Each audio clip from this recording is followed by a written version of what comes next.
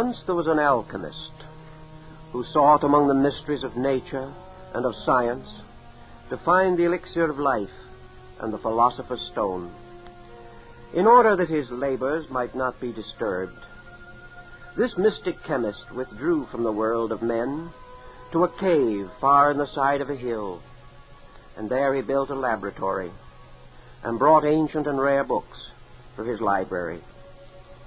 He equipped it with all the apparatus of the chemist, with burners and flasks and many strange and weird instruments. Here, for many years, he labored with chemicals, herbs, and simples, seeking to find the secret of perpetual youth, and in his own narrow yet earnest way, to discover the lost blessing of mankind, the panacea, the balm of Gilead, promised by the sacred writings of old. For over 40 years he plied his task in the laboratory, pulverizing herbs and metals, seeking from the depths of the earth to the furthermost corners of the sky for the answer to his great problem. Many amazing and masterly discoveries were filed away in his diary. Many learned secrets he gleaned from his experiments, many surprising truths from his studies. But the master secret of alchemy, the crowning achievement, continued to elude him. With all his studies and his labors, he was forced to admit that he had not found the answer to the mystery of mysteries. One day, as he sat in his laboratory, dejected and disconsolate, there flashed across his mind an entirely new thought. Could it be that he was not searching where the light was? Could it be that these ancient writers, these honored scientists, had themselves failed, and that only a blind alley was disclosed to those who studied their works? It was a thought that almost overwhelmed his heart. He sat dazed in his chair. His head fell upon his arms, which rested on the table, and a heart long pent up gave way to sorrow. At any rate, I have failed, he mused. Either those who wrote knew not the secret, or else I have not read aright the meaning of their words. The things I seek I cannot find. The truths that I would know elude me like the will-o'-the-wisp. The power of those masters in whose footsteps I would tread, and whose truths I would penetrate, have not been revealed to me, either by the words of my brothers or by my own searching. Then another thought dawned upon his soul. He laid aside his books, closed the numberless closets with their vials and retorts, and sitting down again in his great chair, bowed his head in prayer, and asked like a child the way that he should tread. He called upon the names of the great ones who had gone before. He asked that the mystic alchemists of old should guide his footsteps, that he might learn the truths that would serve his fellow men. Suddenly, as he sat there, a voice spoke to him. "Brother, what do you seek?" The old alchemist started in amazement and turned in his chair, for he knew of none who could have guessed the secret of that hidden cave, or who could have entered so silently that his reveries had not been disturbed. A tall, slender man, with dark eyes and broad, noble forehead, stood behind him, draped from head to foot in a mysterious cape of indigo. The stranger parted the cloak, and his long, slim hands drew back its folds. "Who are you?" demanded the alchemist in surprise. "Who thus comes to break my solitude?" "I am that I am," answered the stranger. "Know you not that words mean nothing, that names are but terms for forms? But what I am and what I mean to you is all important. You may call me the brother of the Blue Cape. You do not know me, but I know you. For many years you have labored in this cave, seeking the true answer to the riddle of life and the solution of the mystery of being. Many times I have assisted you, but you could not know this, for until you called me, I could not come. You have sought in all the world of natural things, with book and chemical, with telescope, crucible, and retort. Though you have studied long, you have not learned the mysteries of the alchemist. You have sought to glean from the sages of old their sacred truths, but you have failed in all your attempts. For while you have learned many things, you know little more of the deeper secrets than when you started. There are those in this world, however, in whose souls the alchemist lives eternal, and who carry within the locket of their own hearts the secret of the lost panacea, in whose innermost being still flows the elixir of life, and who know the secret of the furnace in which the philosopher's stone is made. Lay aside your books and your alembics for a moment, and learn of the path that leads to the light. The old alchemist leaned back in his chair, his eyes fixed on the face of the intruder. The brother of the blue cape crossed, and sitting down beside him, spoke in soft, musical tones, which comforted the heart of the lonely seeker and illumined him with the light he had looked for so long. Know you, brother, said the mystic, that all the secrets of alchemy are concealed within the folds of this cape of blue. It is not merely a stone that you seek, nor a liquid to fill your vials, but the true quest of the alchemist is for the indigo cape. In the universe about us, behold how the Father enfolds within the blue cape of heaven all his children. Behold how the masters gather under the folds of their garments and under the protection of their cloaks the hearts of men. Know you that alchemy is that process in man which shapes this cape, and only those who wear this mystic raiment may claim to know the formulae of alchemy. All the powers of the universe wear these wondrous cloaks of many colors, for indigo is made of all the tones. In life, these hues are called compassion, purity, and service. It is beneath the cape, which is called compassion, that the servants of the Father gather his wayward children. They labor in the Father's name, for the blue of the sky is but a vast cloak, which he winds lovingly about creation. It is this cloak which each must weave as a living vesture that brings with it completion, the realization of truth. All the masters wear capes. Their very lives are cloaks, for their hearts are so great that they seek to enfold all living things within the glory of their love. These capes are the garments of protection. They are indeed the cloaks of wisdom, more precious than any earthly garment. But these capes are broad. They have many folds. Those who seek the truth must learn that the stone of the philosopher is always concealed somewhere within the blue cloak of initiation. Each truth that is woven into the living garment of the soul brings with it a great advancement, a more complete revelation of spiritual consciousness.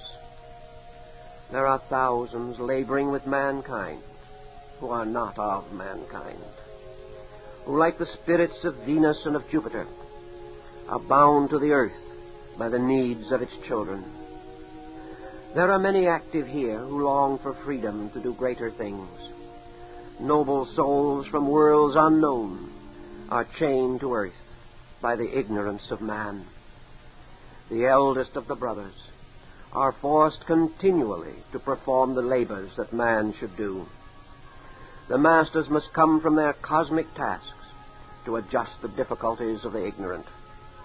They must gather the wayward souls under the protective folds of their vast mantles. These cloaks are woven of the life of truth, of knowledge, and of power. Each time a soul is found in the world of men, who will take upon itself the sorrows of the world, who labors that others may have more light, who learns the things worthwhile and becomes strong enough to carry the burdens of humanity. When such an one is found, the Master takes off his own mantle and places it upon the shoulders of his disciple. The Master is then free to advance to greater works, to don a more ample and more burdensome garment. In the days that are to come, the children of earth must bear the responsibilities beneath which now the gods are bowed. The powers of light are searching for those who will wear their garments, whose souls are great enough to be the capes of blue, wide-spreading enough to gather earth's weakest ones beneath their folds. The old alchemist's eyes were closed, and he heard the words as in a dream. But suddenly a great flood of light descended into his being. He saw the things so long hidden. The truth so long concealed streamed into his aspiring soul. "I have found it," he cried. "I have found the Philosopher's Stone. I see its light radiating from the depth of my own soul. I have found the elixir of life as it pours upon me from the rivers of living water. I feel the balm of Gilead as drop by drop it falls from my wounded heart. I see, I see." "You have seen well," answered the mystic, as he sat enfolded in his mantle. "For know that out of your own being flows the lost panacea for the world's woe. The kindly action, the soft touch, the smile in the moments of sorrow, these make up the elixir of life to your fellow men. The Philosopher's Stone shines in resplendent glory from the one who has lived the life and learned to know the doctrine, while the balm of Gilead is in truth the loving word in the moment of sorrow, the selfless compassion in the hour of need. Your quest is over, brother. You have found those things for which you sought. Your years of labor have their reward. Your diligence has not been in vain. Now what will you do with it? How will you use the precious secrets which have been disclosed to you?" The old alchemist rose to his feet, his eyes alight with a strange glow which revealed the glory of the light within. His tottering footsteps grew stronger, as though indeed he had found the fountain of eternal youth. His shaking hands grew steadier, while he straightened himself and pointed toward the villages outside the cave. "I'm going back again," he cried. "All these years I have hidden myself away in this cave under the hill. But now I see that my place is in the world. I'm going back to tell all the truth that you have unveiled to me. I will go out to live the Philosopher's Stone. Of the elixir of life and the balm of Gilead I will give to all mankind, rich and poor, young and old, and of whatever caste, whatever creed. They shall see the light that I have found. They shall also know how I found it. The gods have been gracious and have given me the treasure I sought, and now I dedicate these treasures to the service of men." The stranger of the blue cape smiled, and taking the old man by the shoulder, led him back to the chair, saying, "Sit down and rest. You have found the object of your quest, and your soul is filled with great compassion. You shall indeed serve your brother men to the glory of your God and the liberation of the masters." Slowly the old man's head sank upon his breast. His heart, beating fast with the glory of his great discovery, was quieted by the hand of the Master. The mystic stood over him, while the old alchemist slept as peacefully as a child. "Rest, brother," whispered the mystic, "for your quest has been long and the search intense. Rest, for before you are labors eternal. You are now coming to the day when for you rest shall be no more. Sleep, for the eyes now closed will be open for ages. Be happy now, for before you on distant Calvary rises the shadow of a cross. The mystic sank on his knees, and clasping his hands, raised his eyes to heaven, praying, Father, I thank Thee that another has found the light, that a soul long wandering has taken the path which leads to liberation. I thank Thee that I have been freed for a greater task. I thank Thee, Father, that this soul has found this day the thing it sought. And, O God eternal, help me in my endless search for the keys to the mysteries. In the name of Thy blessed Son. The Master rose, and taking off his mantle of indigo, laid it over the shoulders of the sleeping alchemist. Here, brother, is the garment that I have worn. But a short time ago I gathered you in its folds. Now I give it to you with all its joys, with all its sorrows. Under its folds gather you the souls of men, in the name of the Great One, whose blue cape envelops creation. The mystic then walked slowly from the cave, his face calm with peace and divine compassion.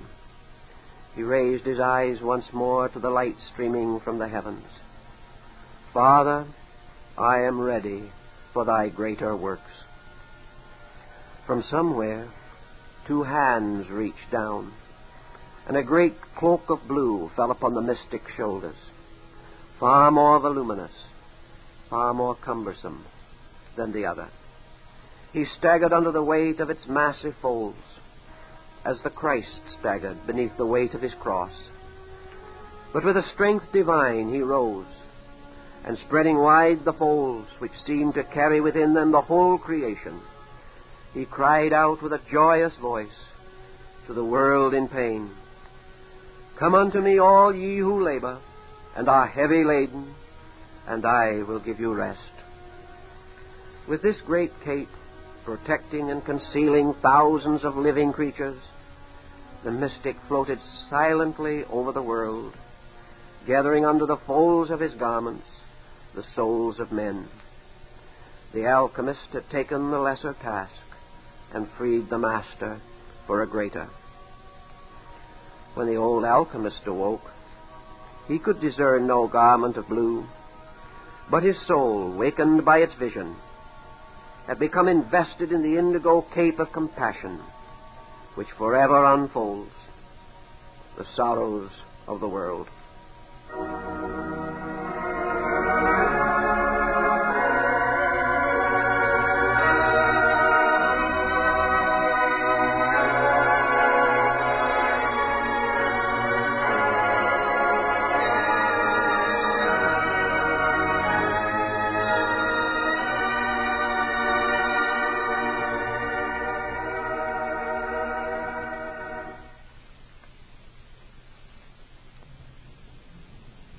This is the end of this cassette.